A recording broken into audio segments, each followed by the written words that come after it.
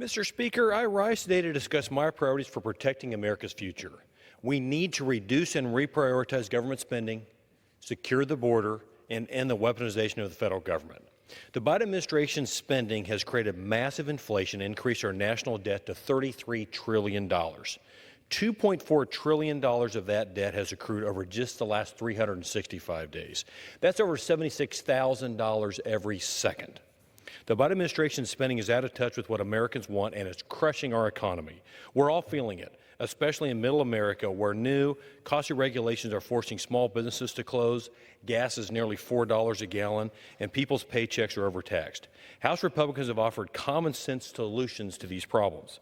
We passed Limit Save Grow Act to stop wasteful taxpayer spending, reclaim unspent COVID relief money, and promote pro-growth economic policies.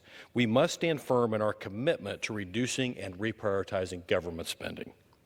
While the Biden administration is burning through taxpayer dollars like there's no tomorrow, there's also a humanitarian crisis raging at our southern border, and it's getting worse every day. This is a national security emergency.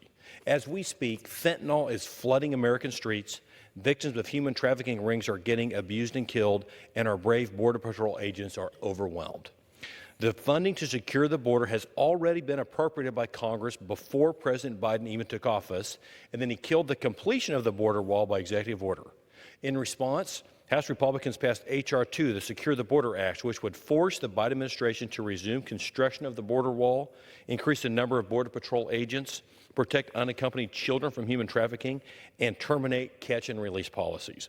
We also passed the Schools Not Shelters Act and the Halt Fentanyl Act. We must keep pressing to secure the border and protect Americans.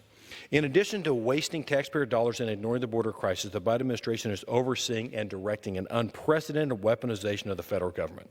President Biden's Department of Justice refuses to apply justice equally, and House Republicans are constantly fighting back against overreaching government regulations that are hurting agriculture producers and small business owners. Even the Supreme Court had to step in and declare the Biden administration's definition of waters of the United States was unconstitutional. When government grows, freedom shrinks, so we must stop the weaponization of the federal government to protect our freedoms. The appropriations process is a critical opportunity to address all of these concerns. We must restore fiscal sanity. Americans deserve to have their taxpayer dollars used wisely, and giving the president endless, no-limit credit cards is no way to govern in a democracy.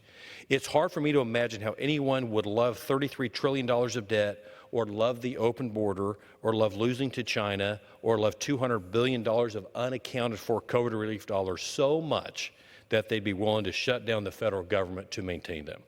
We have 10 days to pass the remaining appropriations bills in a fiscally responsible way. We owe it to the American people to work tirelessly toward that end and to get our country back on track.